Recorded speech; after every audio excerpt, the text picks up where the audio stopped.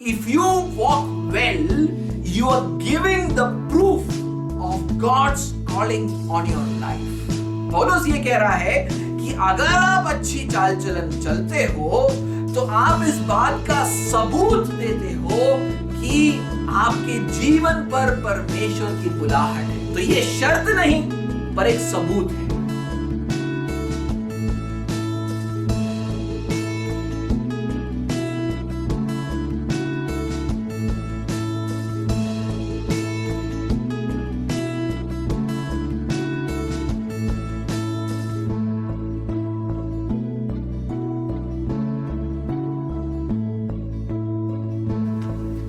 When you see a child studying, or for that matter any student studying, you can have an idea how he will do in his exams, isn't it?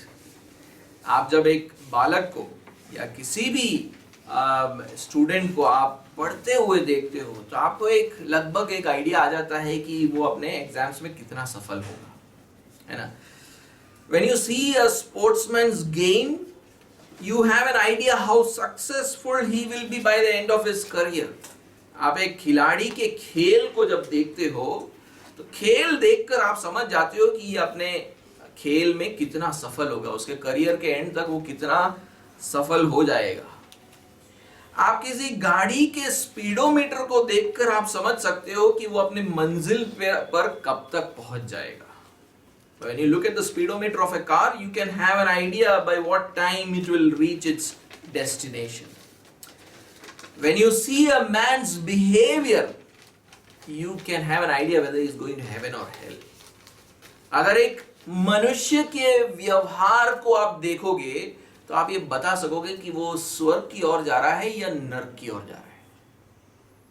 That is what Paul is saying in today's verse. और उसी बात को पौलुस आज हमारे आयत में बता रहा है। Let us read today's verse. आज हम उस आयत को हम पढ़ेंगे। चौथा अध्याय पहला आयत, 4th chapter verse 1. I therefore, a prisoner for the Lord, urge you to walk in a manner worthy of the calling to which you have been called. इसलिए मैं जो प्रभु में बंदी हूँ तुमसे विनती करता हूँ कि जिस बुलाहट से तुम बुलाए गए थे उसके योग्य चाल चलो। Here Paul talks to the Ephesian believers and he is talking about the calling with which they have been called. यहाँ पर पौलुस जो है एफेसियों के विश्वासियों से बात कर रहा है, जिस बुलाहट से वे बुलाए गए थे उसके बारे में उनसे वो बात कर रहा है। When I read this verse, I realized that the word calling needs to be understood. यहाँ पर ये जो आयत को मैंने पहले पढ़ा तो मुझे ये एहसास हुआ कि बुलाहट जो शब्द है वो बहुत ही महत्वपूर्ण है, वहाँ पर उसको समझना जरूरी है। The key to interpreting this verse is in understanding that word. इस आयत को समझने के लिए, उसके अर्थ को समझने के लिए उस शब्द को समझना जरूरी है। बुलाहट, calling. For the benefit of those who have not listened to the earlier sermons on Ephesians, we should answer the question, who is doing this calling? अगर पहले के एफेसियों के प्रचारों को जिन्होंने नहीं सुना है उनके फायदे के लिए हमें ये सवाल का उत्तर देना होगा कि हाँ, कौन बुला रहा है, क्योंकि वहां पर आयत बताता नहीं है कि कौन बुला रहा है। It does not say who is calling. For all those who have listened to the sermon so far, the answer is obvious. God our Father is calling us. जिन लोगों ने अभी तक हमारे प्रचारों को सुनते आए हैं, उत्तर बिल्कुल स्पष्ट है कि पिता परमेश्वर हमें बुला रहा है। In Ephesians chapter 1 and verse 17, Paul was talking about his prayer to the Father. एफेसियों के पहले अध्याय और उसके 17वें आयत में पौलुस जो है पिता से अपने प्रार्थनाओं के बारे में बात कर रहा था। एक बार उसको पढ़े, एफेसियों का पहला अध्याय 17वां आयत। Let's read Ephesians 1 and verse 17. That the God of our Lord Jesus Christ, the Father of glory, may give you a spirit of wisdom and of revelation in the knowledge of Him. So this verse is clearly talking about the Father.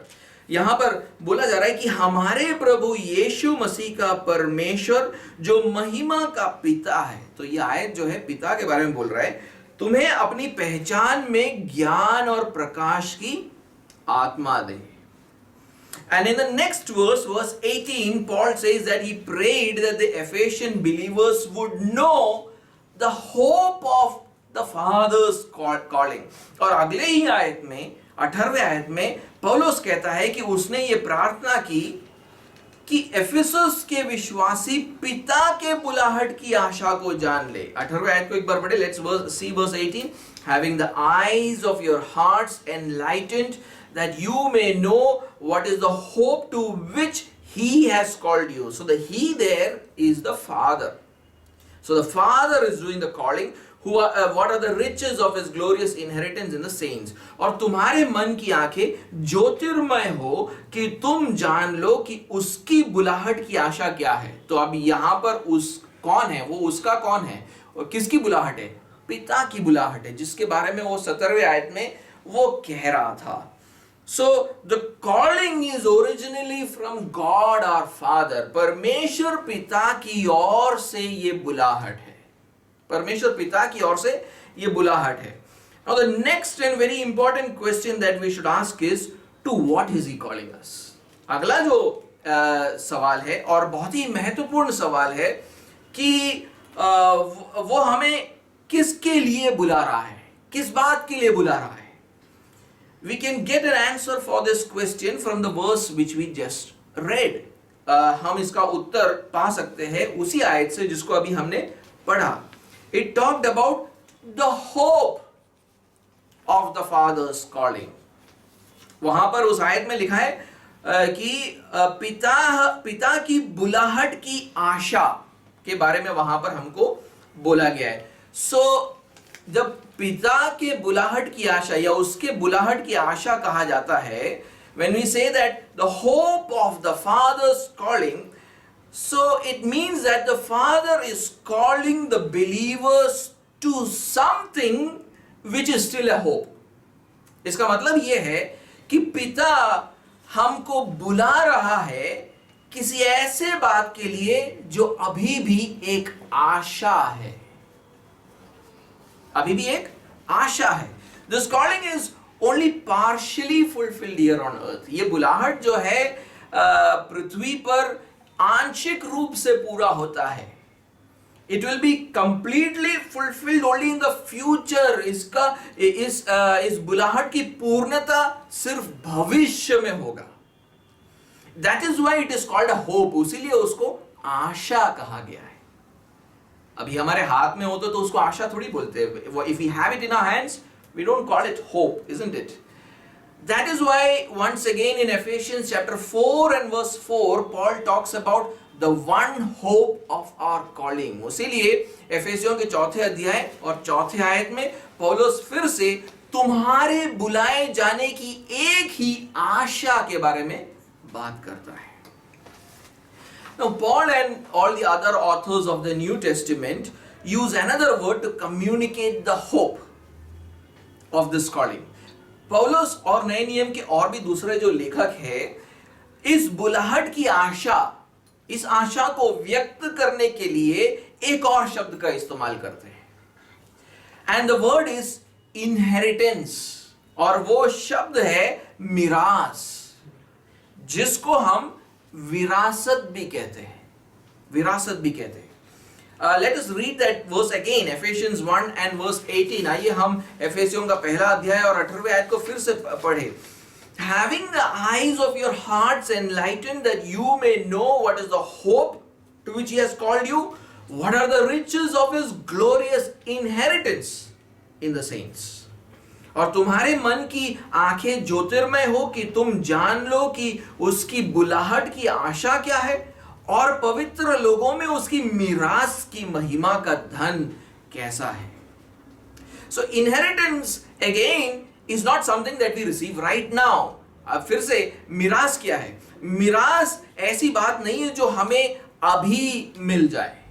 It will be received only sometime in the future. ये हमें प्राप्त होगा भविष्य में, भविष्य में प्राप्त होने वाली बात है.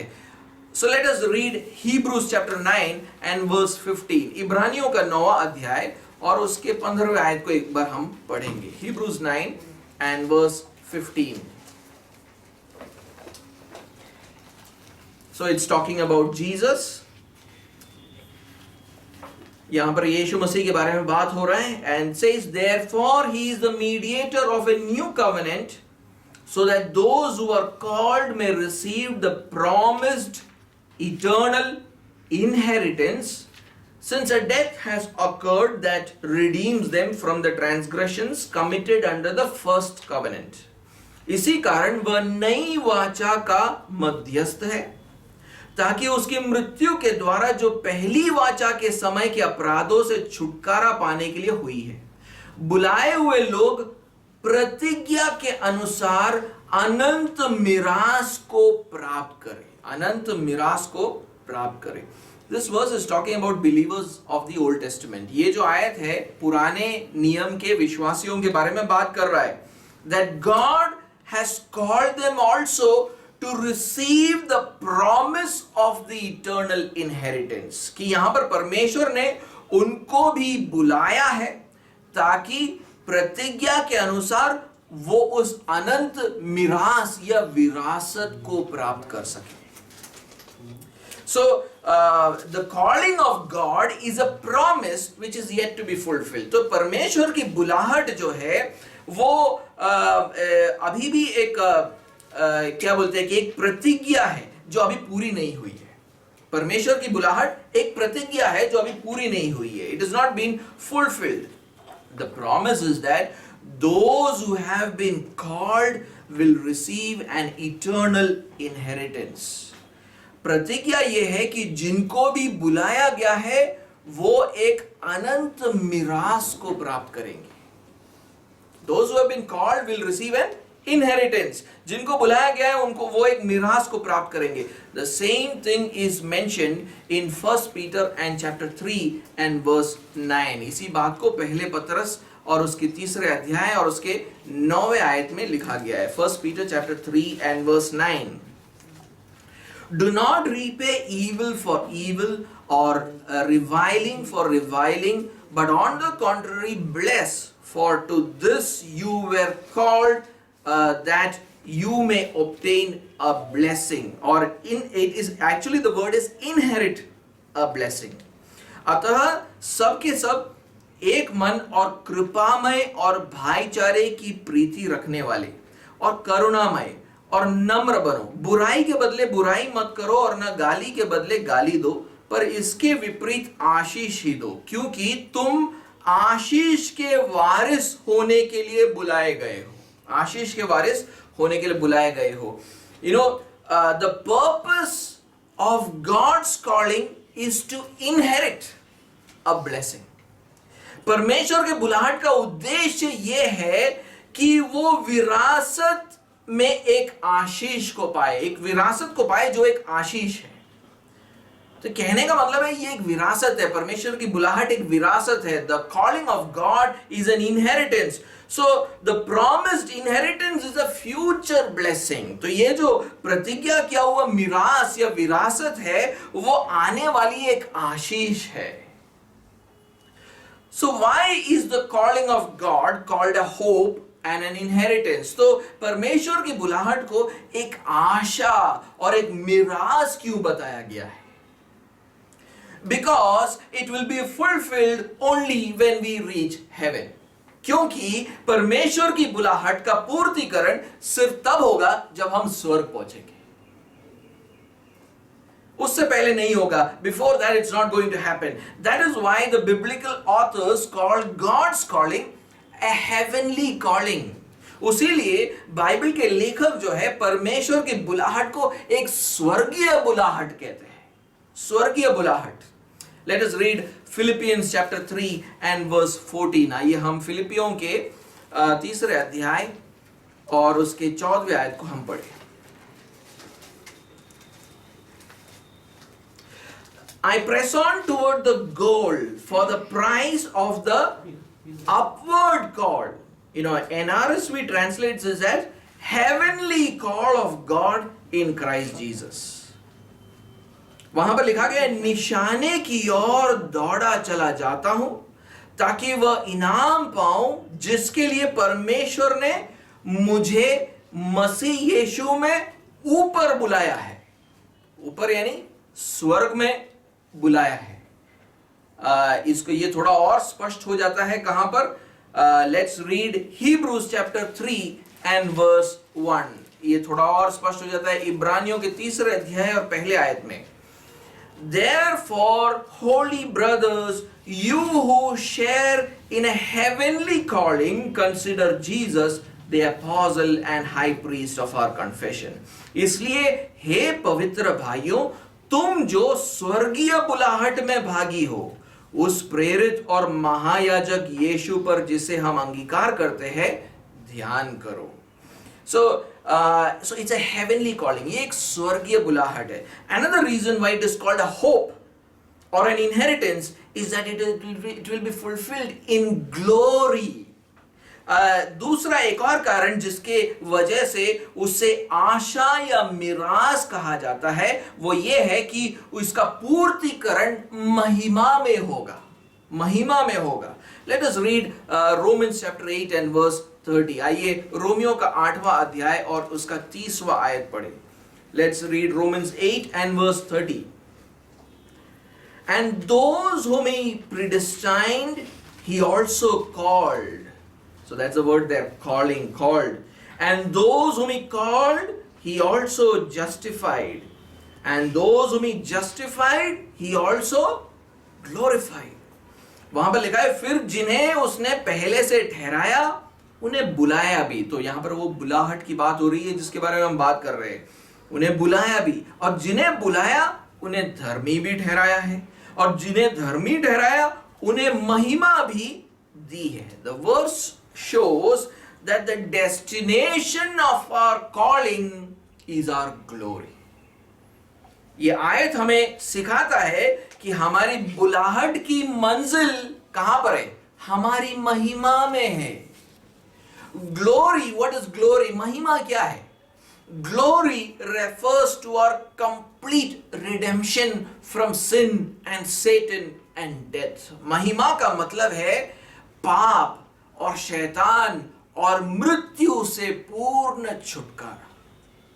It will be a state of spiritual and bodily perfection which we will receive at the second coming of Jesus. ये एक ऐसी अवस्था है जब हम आत्मिक और शारीरिक सिद्धता, परफेक्शन को पाएंगे, और ये अवस्था यीशु मसीह के दूसरे आगमन पर ही हम पाएंगे. That is why the apostle John hears a voice in heaven in Revelation chapter 19 and verse 9 saying, blessed are those who are called or invited to the marriage supper of the Lamb. उसीलिए प्रेरित यूहन्ना जो है प्रकाशित वाक्य के 9वें अध्याय में वो स्वर्ग में एक आवाज को सुनता है जो ये बोलता है, धन्य वे हैं जो मेमने के विवाह के भोज में बुलाए गए. मेमना कौन है? यीशु मसीह. और उसके भोज में यानी उसका यानी शादी के बारे में बात हो रहा है. और शादी किसके बीच में? यीशु मसीह और कलीसिया जो उसकी ब्राइड है उसके बीच में शादी हो रहा है. So that's when we will this calling will be complete. तब ये बुलाहट जो है वो पूरा होगा. And it is such a perfect state that it will be imperishable, undefiled and unfading. ये एक ऐसी अवस्था है जो अविनाशी है, निर्मल है, अजर है. It will last forever, और ये हमेशा के लिए रहने वाली अवस्था होगी. That is why this calling is also called a call to eternal life. उसीलिए इस बुलाहट को बोला जाता है कि ये अनंत जीवन की ओर एक बुलाहट है. Let us read 1 Timothy chapter 6 and verse 12. आइए हम पहला तिमोथियोस के 6वें अध्याय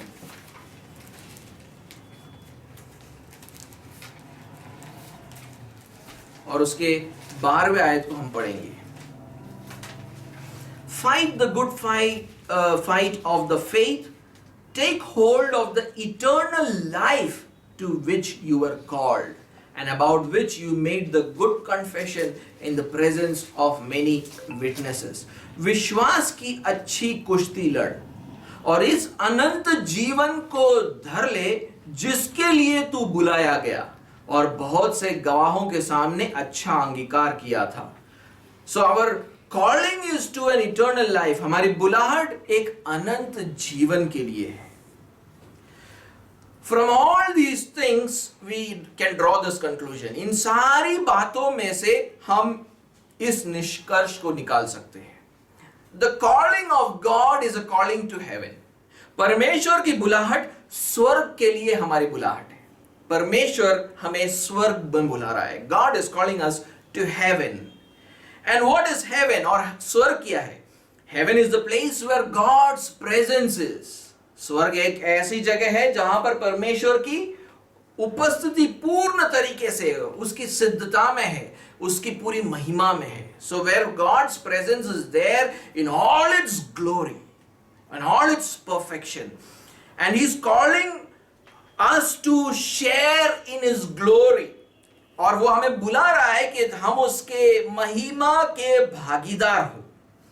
1 Thessalonians chapter 2 and verse 12. पहला थिस्सलुनीका का दूसरा अध्याय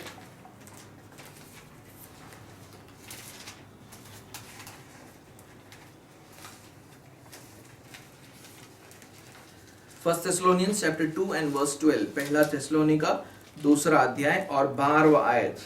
We exhorted each one of you and encouraged you and charged you to walk in a manner worthy of God who calls you into His own kingdom and glory. कि तुम्हारा चाल चलन परमेश्वर के योग्य हो जो तुम्हें अपने राज्य और महिमा में बुलाता है. So it is not our glory. ये हमारी महिमा नहीं है. We are sharing in God's glory. हम परमेश्वर की महिमा में भागीदार हो रहे हैं. So God's call is a call to be in His glorious presence in heaven forever. तो परमेश्वर की बुलाहट स्वर्ग में परमेश्वर के महिमामय उपस्थिति में हमेशा के लिए रहने की बुलाहट है. In essence, God is calling us into His presence. अगर दूसरे शब्दों में बोलूं तो परमेश्वर हमें अपनी उपस्थिति में बुला रहा है. Now, calling is a very popular New Testament term. देखिए ये जो बुलाहट शब्द है वो नए नियम का एक बहुत ही प्रचलित शब्द है. Some Christians think that this calling is a call to participate in Christian ministry. कुछ मसीह लोग ये सोचते हैं कि ये बुलाहट जब उस शब्द सुनते हैं उनको ऐसा लगता है कि ये बुलाहट मसीह सेवकाई में भाग लेने की बुलाहट है. Some Christians think that this calling is a call to live a holy life. कुछ मसीह ये सोचते हैं कि ये बुलाहट जो है एक पवित्र जीवन जीने की और एक बुलाहट है. But we now understand that this is essentially the Father's call to us to be in His glorious presence in heaven forever. लेकिन अब हम समझ गए हैं कि मूल रूप से परमेश्वर की बुलाहट क्या है. स्वर्ग में पिता के महिमामय उपस्थिति में हमेशा रहने के लिए ये एक बुलाहट है. And there has never been a greater call than this. और दुनिया में इतिहास में इससे बड़ी कोई बुलाहट नहीं हुई है. And God expects us to leave everything that prevents us from accepting this great call. और परमेश्वर हमसे ये अपेक्षा करता है कि इस बड़ी बुलाहट को स्वीकार करने से हमें जो चीजें रोकती है उसको हम त्याग दें. इतनी बड़ी बुलाहट है तो तुम्हें बाकी सारी चीजों को छोड़कर इस बुलाहट के पीछे जाना पड़ेगा. It's such a great call that you have to leave everything and follow after this call. So what does that mean? इसका मतलब क्या है? If your studies prevent you from pursuing this call, leave your studies. अगर आपकी पढ़ाई ऐसी है जो आपको इस बुलाहट के पीछे चलने से रोकती है, तो उस पढ़ाई को छोड़ दो। If your job prevents you from pursuing this call, leave that job.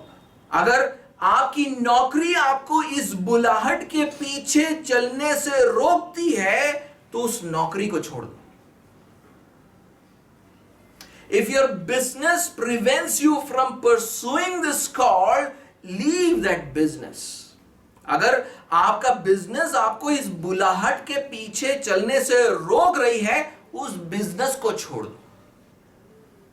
If your relationships prevent you from pursuing this call, leave those relationships. अगर आपके रिश्ते आपको उस बुलाहट के पीछे चलने से रोकती है, उन रिश्तों को छोड़ दो। If your comforts and luxuries prevent you from pursuing this call, leave those comforts and luxuries. अगर आपके सुख और आराम आपको उस बुलाहट के पीछे चलने से रोक रहे हैं, तो उन सुखों और आरामों को आप छोड़ दो। If your mobile phone or Netflix or food or video games prevent you from pursuing this call, leave them. अगर आपका मोबाइल फोन या नेटफ्लिक्स या खाना या वीडियो गेम आपको इस बुलाहट के पीछे जाने से रोक रही है, इन चीजों को छोड़ दो। I'll read the Bible passage which are in my mind as I speak this. मैं उस खंड को पढ़ना चाहूंगा। ये इस बात को जब कहते समय जो बाइबल का खंड मेरे मन में आ रहा है, वो मैं आपके साथ शेयर करना चाहूंगा। मत्ती का 22वां अध्याय, मैथ्यू चैप्टर 22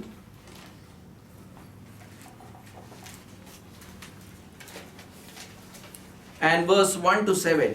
मत्ती का 22वां अध्याय पहले आयत से 7वां आयत। Matthew chapter 22 verse 1 to 7।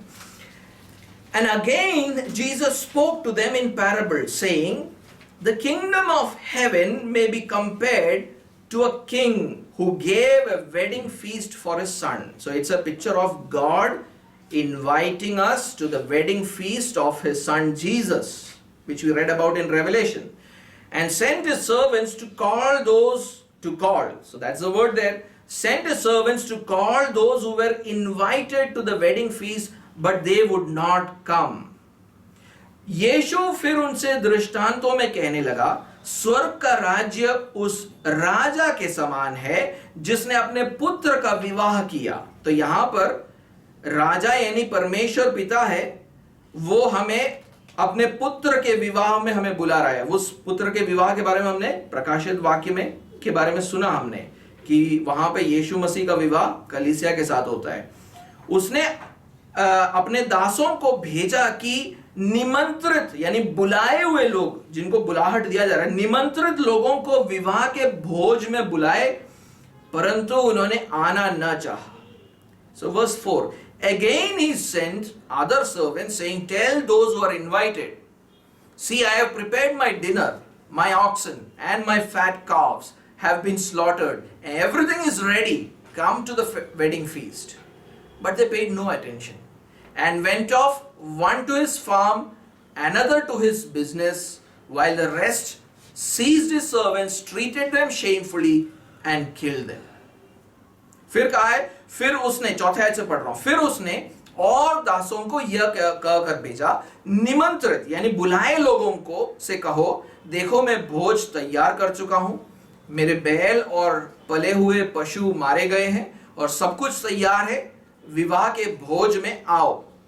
परंतु वे उपेक्षा करके चल दिए, कोई अपने खेत को, कोई अपने व्यापार को। अन्य लोगों ने जो बच रहे थे उसके दासों को पकड़कर उनका अनादर किया और मार डाला। And then see what says in verse 7. The king was angry and he sent his troops and destroyed those murderers and burned their cities. तब राजा को क्रोध आया और उसने अपनी सेना भेजकर उन हत्यारों का नाश किया और उनके नगर को फूंक दिया। Those who reject this call will be destroyed by God. जो इस बुलाहट को ठुकराते हैं, उनको परमेश्वर उनका नाश कर देगा। I'll read quickly one more passage, Mark chapter 9 and verse 43 to 48. मरकुस का 9वां अध्याय भी मैं पढ़ूंगा, वहां पे 43वीं आयत से 48वीं आयत को हम पढ़ेंगे. But I'll not read verse 44 and verse 46. मैं 44 और 46वीं आयत को नहीं पढ़ूंगा, ठीक है. 43वीं आयत से पढ़ रहा हूं. I am reading from verse 43. If your hand causes you to sin, cut it off. It is better for you to enter life crippled than with two hands to go to hell, to the unquenchable fire. If your foot causes you to sin, cut it off. It is better for you to enter life lame than with 2 feet to be thrown into hell. And if your eye causes you to sin, tear it out. It is better for you to enter the kingdom of God with 1 eye than with 2 eyes to be thrown into hell, where their worm does not die and the fire is not quenched. 43वीं आयत में पढ़ूंगा, यदि तेरा हाथ तुझे ठोकर खिलाए तो उसे काट डाल. टुंडा होकर जीवन में प्रवेश करना तेरे लिए इससे भला है कि 2 हाथ रहते हुए नरक की आग में डाला जाए जो कभी बुझने की नहीं. यदि तेरा पांव तुझे ठोकर खिलाए तो उसे काट डाल. लंगड़ा होकर जीवन में प्रवेश करना तेरे लिए इससे भला है कि 2 पांव रहते हुए नरक में डाला जाए. 47वां आयत, यदि तेरी आंखें तुझे ठोकर खिलाए तो उसे निकाल डाल. काना होकर परमेश्वर के राज्य में प्रवेश करना तेरे लिए इससे भला है कि 2 आंख रहते हुए तू नरक में डाला जाए, जहां उनका कीड़ा नहीं मरता और आग नहीं बुझती. So it's so important to receive the call of God, to receive this upward call of God, to receive this heavenly call of God. तो ये कितना महत्वपूर्ण है कि परमेश्वर के स्वर्गीय बुलाहट को हम स्वीकार करें. My second point is walk according to the calling of God. मेरा दूसरा पॉइंट है परमेश्वर के बुलाहट के अनुसार चाल चल. If God's calling is essentially a calling into God's glorious presence in heaven, अगर परमेश्वर की बुलाहट मूल रूप से स्वर्ग में परमेश्वर के महिमामय उपस्थिति में आने की बुलाहट है, then Paul has spent 3 chapters of this letter explaining this great call of God. तो पौलुस ने इस पत्र के पहले 3 अध्यायों को इस बड़े बुलाहट को समझाने के लिए लिख दिया है. He began to talk about it in Ephesians chapter 1 and verse 4. उसने इसके बारे में कहना शुरू किया एफेसियों के 4थे अध्याय और उसके पहले आयत से.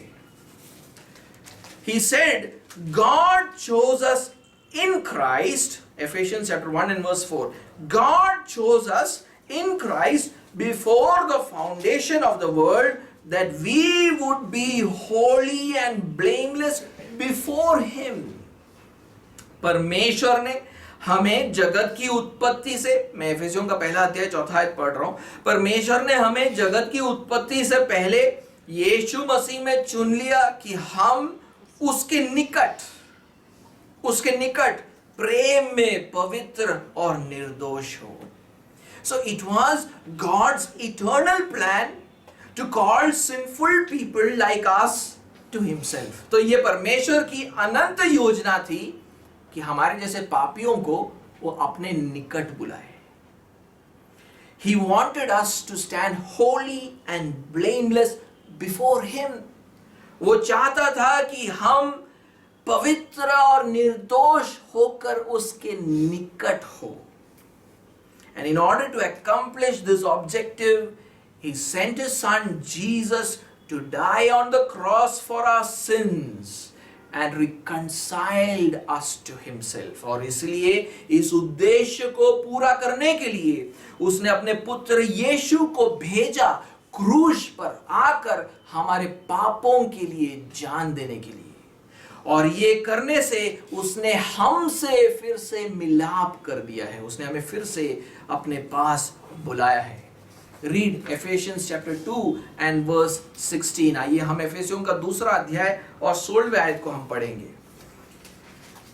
And might reconcile us both to God in one body through the cross, thereby killing the hostility or enmity. और क्रूज पर बैर को नाश करके इसके द्वारा दोनों को एक देह बनाकर परमेश्वर से मिलाए. This verse is saying that Jesus Christ reconciled both means Jews and Gentiles to God through the cross and put to death the enmity between them. यहां पर यह कहा जा रहा है इस आयत में कि यीशु मसीह ने दोनों का मतलब है यहूदियों और अन्य जातियों को क्रूस के द्वारा परमेश्वर से मिलाया और उनके बीच में जो बैर था उसको उसने नाश कर दिया है. And then God called us into his presence through the preaching of the gospel. और उसने हमें अपनी उपस्थिति में बुलाया सुसमाचार के प्रचार के द्वारा जो यीशु मसीह ने हमसे किया. So this preaching was initially done by Jesus. And all those who believe the gospel call receive access into the presence of the Father through the Holy Spirit. और जो कोई भी इस सुसमाचार के बुलाहट को स्वीकार करते हैं उनकी पहुंच बनती है पिता तक पवित्र आत्मा के द्वारा. Let's read same chapter 2 verse 17 and 18. दूसरे अध्याय और 17वें और 18वें आयत को हम पढ़ेंगे. And he came, it's talking about Jesus, and he came and preached peace to you who were far off. Who were far off, Gentiles were far off, and peace to those who were near. That means the Jews. For through him we both have access in one spirit to the Father. यहां पर यह कहा गया है क्योंकि उसी के द्वारा यानी यीशु मसीह के द्वारा हम दोनों, मैं उसको 17वें आयत से पढ़ूंगा. उसने आकर तुम्हें जो दूर थे, दूर कौन थे? अन्य जाति के लोग थे. यीशु मसीह ने आकर जो दूर थे और उन्हें जो निकट थे, निकट कौन थे? यहूदी थे. दोनों को मेल मिलाप का सुसमाचार सुनाया क्योंकि उसी के द्वारा हम दोनों की एक आत्मा में या एक आत्मा के द्वारा पिता के पास पहुंच होती है. And the same theme is again he repeats in Ephesians chapter 3 and verse 12. और उसी विषय को वो फिर से एफेसियों के 3रे अध्याय और उसके 12वें आयत में कहता है. What does he say there?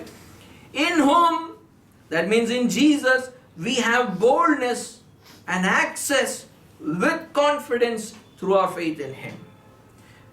जिसमें यानी यीशु मसीह में हमको उस पर विश्वास करने से साहस और भरोसे के साथ परमेश्वर के निकट आने का अधिकार है. It is saying that because of Jesus' sacrifice on the cross and by putting our faith in the gospel call, we now have bold and confident access to the Father. यीशु मसीह के बलिदान के कारण, ये आयत ये कह रहा है, यीशु मसीह के बलिदान के कारण और उसके सुसमाचार के बुलाहट पर विश्वास करने के द्वारा साहस और भरोसे के साथ परमेश्वर के निकट आने का अब हमें अधिकार मिल चुका है. So Paul's argument is that because of Jesus' sacrifice on the cross and through faith in the gospel call, God has called us into his own presence. तो पौलुस का तर्क ये है कि यीशु मसीह के बलिदान के कारण और सुसमाचार के बुलाहट पर विश्वास करने के द्वारा परमेश्वर ने हमें अपनी उपस्थिति में बुलाया है. In his presence we will have all the promised blessings of God. उसकी उपस्थिति में उसकी प्रतिज्ञा की हुई सारी आशीषें हमें मिलेंगी. That is why the psalmist says to God, in your presence is fullness of joy. इसलिए भजन संहिता लिखने वाला 16वें भजन 11वें आयत में कहता है, तेरे निकट आनंद की भरपूरी है. But God has not taken us directly into his glorious heavenly presence. Why?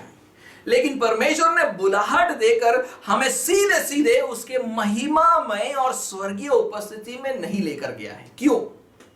Why? He wants us to learn an important lesson. वो हमें एक बहुत ही महत्वपूर्ण शिक्षा देना चाहता है। He wants us to know that He is a holy God. वो हमें सिखाना चाहता है कि वो एक पवित्र परमेश्वर है। And He expects His people to be holy. और वो ये अपेक्षा रखता है कि उसके लोग भी पवित्र हो। That is why the Holy Spirit, through whom we have access into God's presence, is making us holy. उसीलिए जिस पवित्र आत्मा के द्वारा परमेश्वर तक अब हमारी पहुंच बन चुकी है, वो आत्मा अब हमें उस पवित्र परमेश्वर के लिए तैयार कर रहा है, वो हमें बना रहा है। He is sanctifying us for God's glorious presence in heaven. वो हमें स्वर्ग में परमेश्वर के महिमामय उपस्थिति के लिए पवित्र बना रहा है। That is why in Ephesians chapter 2 and verse 22, read that. Paul says, you are being built together into a dwelling of God in the Spirit. उसीलिए एफेसियों के दूसरे अध्याय में क्या लिखा है वहां पर? तुम भी आत्मा के द्वारा परमेश्वर का निवास स्थान होने के लिए एक साथ बनाए जाते हो। He is telling us that we are like a temple under construction.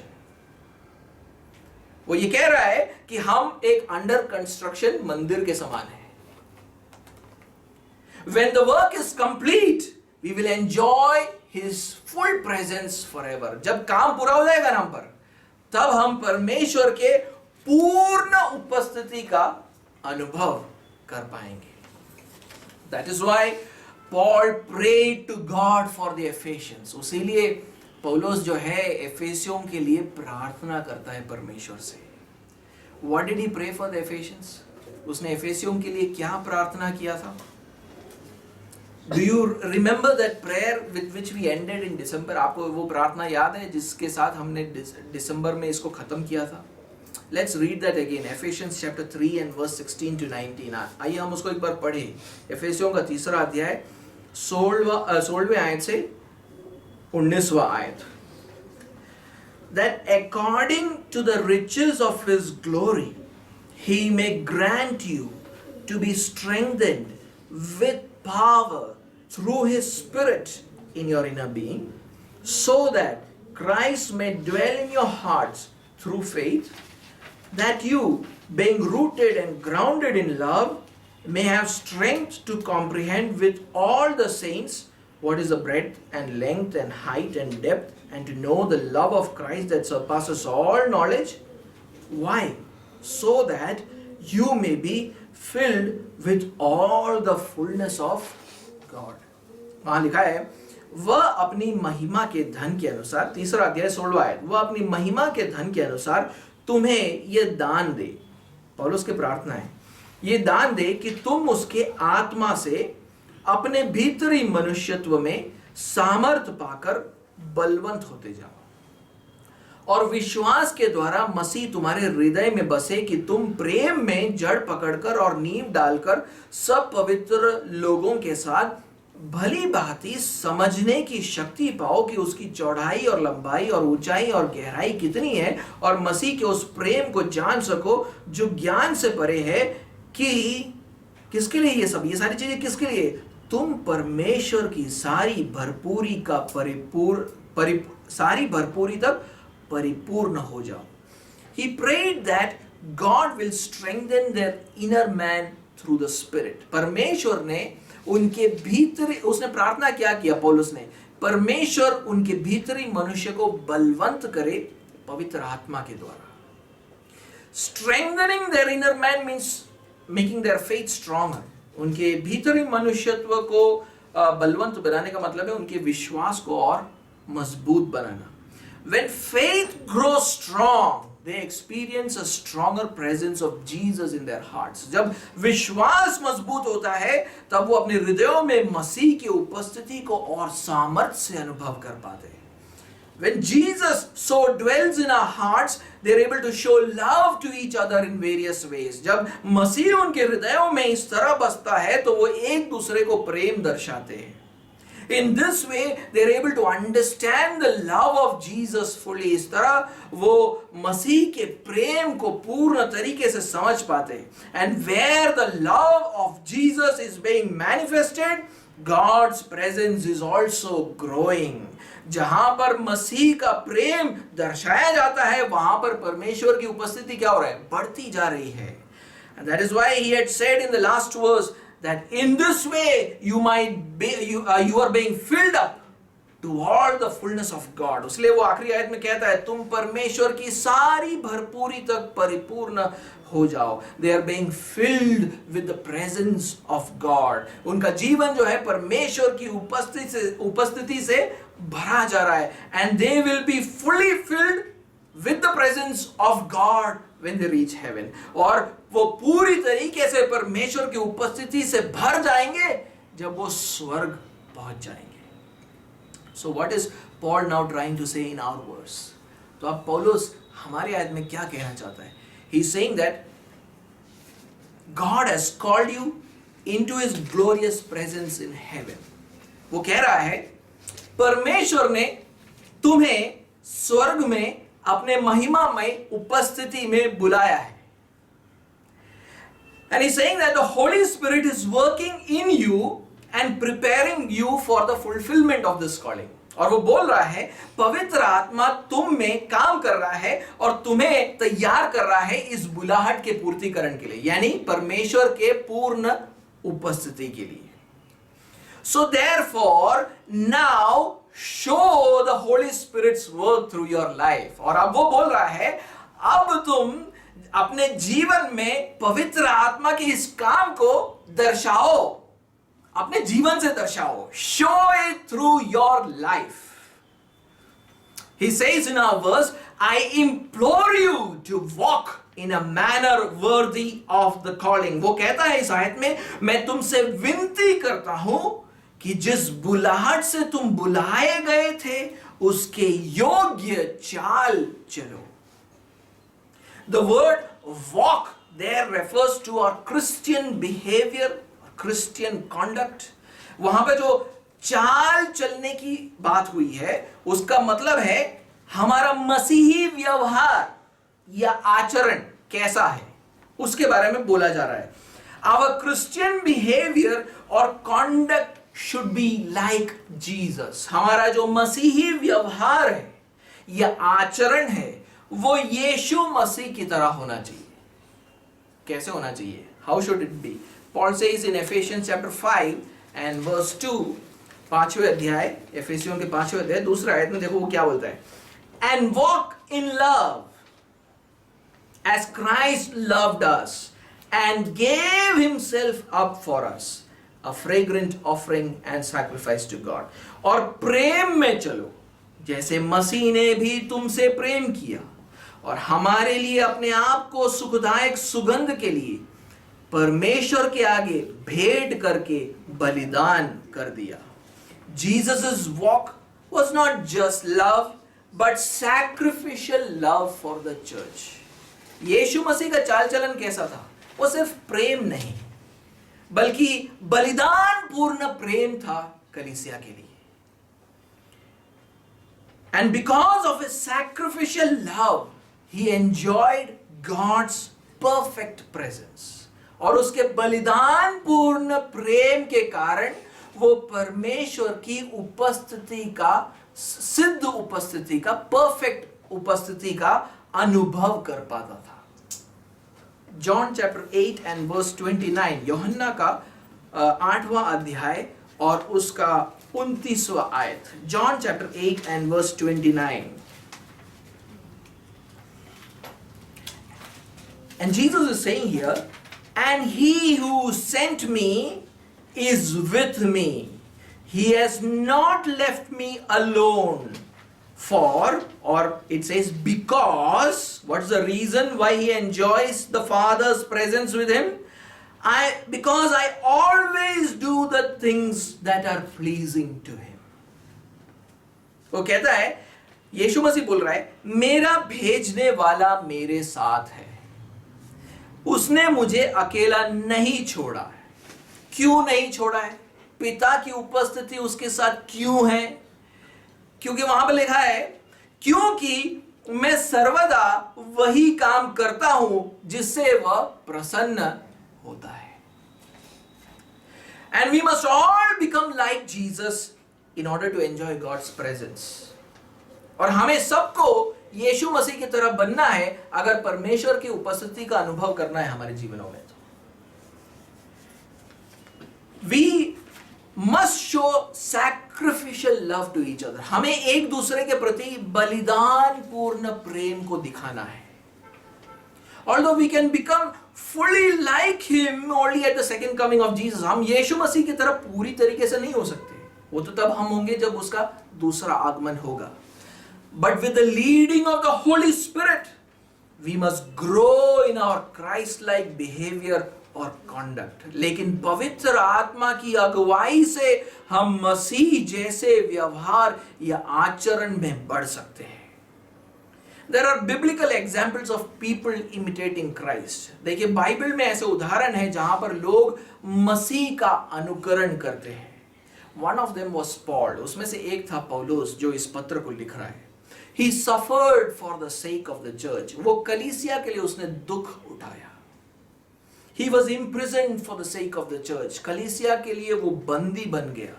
उसीलिए तीसरे अध्याय के पहले आयत में देखो उसने क्या कहा था। Let's see what he said in chapter 3 and verse 1. For this reason I, Paul, a prisoner for Christ Jesus, on behalf of you Gentiles, or for the sake of you Gentiles. इसी कारण मैं पौलुस जो तुम अन्य जातियों के लिए मसीह यीशु का बंदी हूं। And he emphasizes that again in our verse today, और उसी बात को आज हमारे आयत में फिर से जोर डालकर बोलता है। He says, therefore I, the prisoner of the Lord, implore you. इसलिए वो कहता है, प्रभु में बंदी हूं, तुमसे विनती करता हूं। When we walk in sacrificial love like Jesus and Paul, we will please God and our lives will be continually filled with the presence of God. जब हम पौलुस और यीशु मसीह की तरह हम एक बलिदान पूर्ण प्रेम को दर्शाते हुए अपने जीवन में चलेंगे तो हम परमेश्वर को प्रसन्न करेंगे और परमेश्वर की उपस्थिति हमारे जीवन में बढ़ती जाएगी। This does not mean that good Christian conduct is a condition for the presence of God. इसका मतलब ये नहीं है कि परमेश्वर की उपस्थिति के लिए अच्छा मसीही आचरण एक शर्त है। फिर से कहता हूं, this does not mean that good Christian conduct is a condition for the presence of God. इसका मतलब ये नहीं है कि परमेश्वर की उपस्थिति के लिए अच्छा मसीही आचरण एक शर्त है। शर्त नहीं है, it is not a condition. That, the presence of God has already been secured by Jesus on the cross. परमेश्वर की उपस्थिति को सुनिश्चित कर दिया गया है मसीह के क्रूस पर। उसने उसको खरीद लिया हमारे लिए। He has bought it for us. That will happen, और वो होगा। But Paul is saying that if you walk well, you are giving the proof of God's calling on your life. पौलुस ये कह रहा है कि अगर आप अच्छी चाल चलन चलते हो तो आप इस बात का सबूत देते हो कि आपके जीवन पर परमेश्वर की बुलाहट है। तो ये शर्त नहीं पर एक सबूत है। ये एक शर्त नहीं परमेश्वर की उपस्थिति में पहुंचने के लिए, ये सबूत है कि मुझे वहां पर बुलाया गया है। It is not a condition, but it is a proof that I have been called into the presence of God.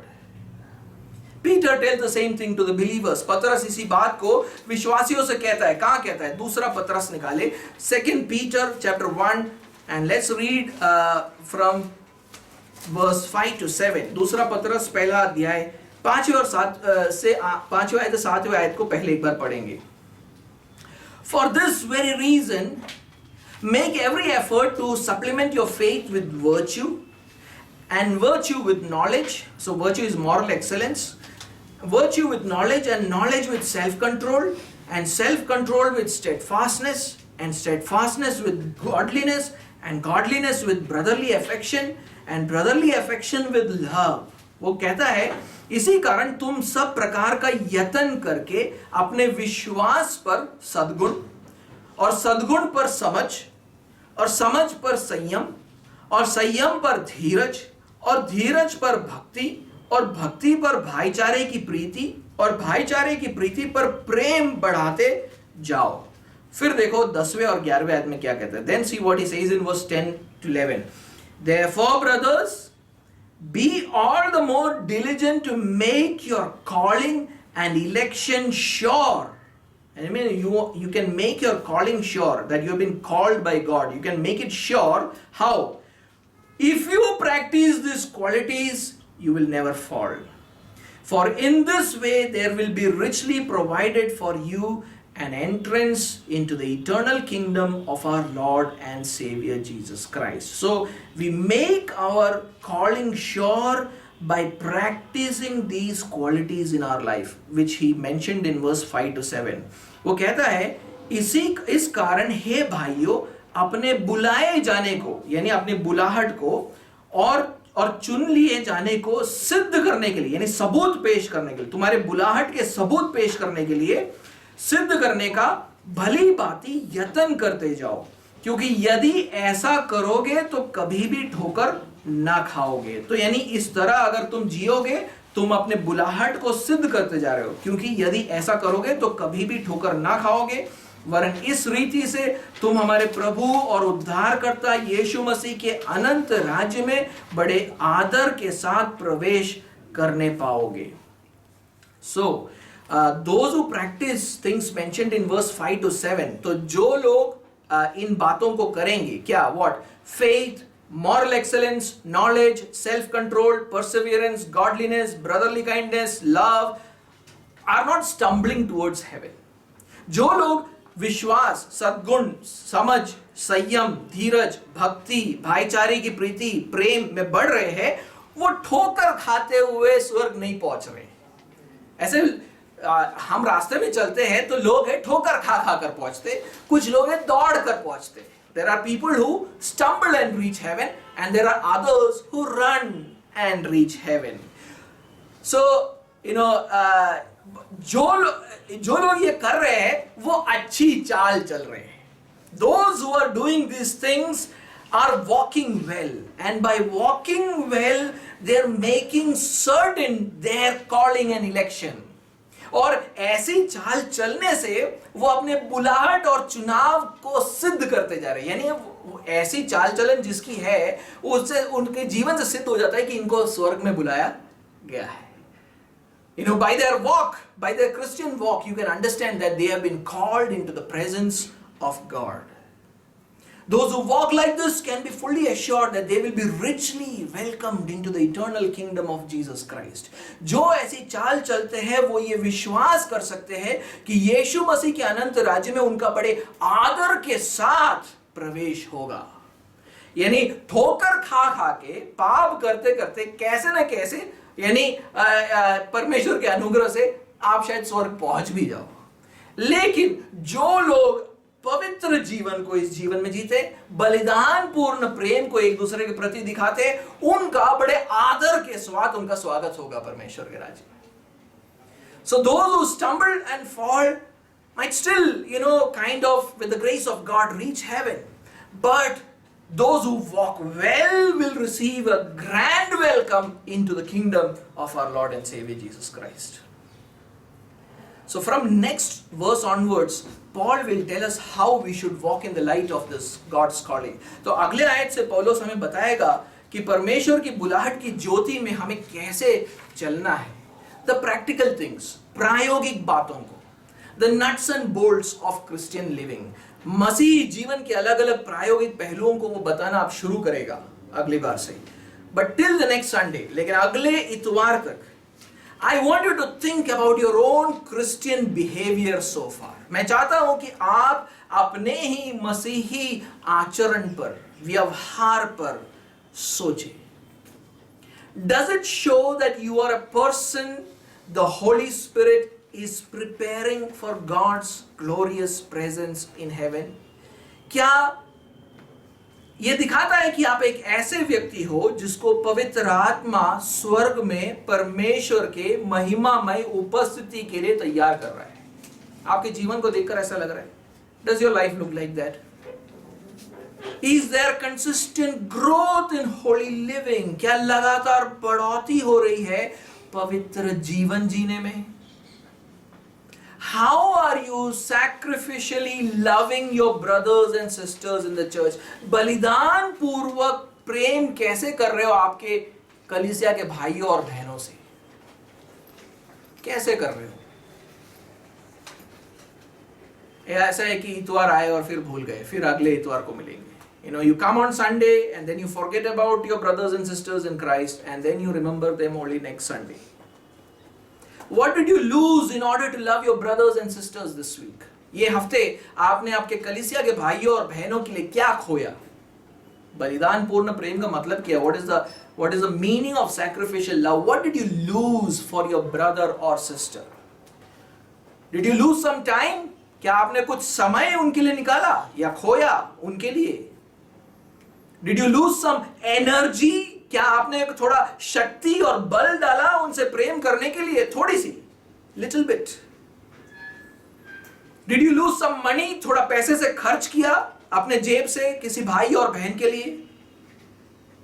Did you lose some comfort? थोड़ा आराम को खो दिया आपके भाई और बहनों के लिए? क्या आपने ये किया है? If not, your life is not showing any proof of God's calling. अगर नहीं किया है तो आपका जीवन परमेश्वर के बुलाहट का कोई सबूत पेश नहीं कर रहा है. If not, your life is not giving any confirmation of God's calling. अगर नहीं है तो आपका जीवन परमेश्वर के बुलाहट को सिद्ध नहीं कर रहा है, आपके जीवन से दिख नहीं रहा है. It's not shown in your life. We can do something from today to change the situation. लेकिन आज हमारे जीवन के परिस्थिति को बदलने के लिए हम कुछ कर सकते हैं. Begin by praying to God that He will strengthen your inner man through the Holy Spirit. परमेश्वर से प्रार्थना करो कि पवित्र आत्मा के द्वारा तो मेरे भीतरी मनुष्यत्व को मजबूत कर, ताकि मैं इस तरह चल सकूं, so that I can walk like this.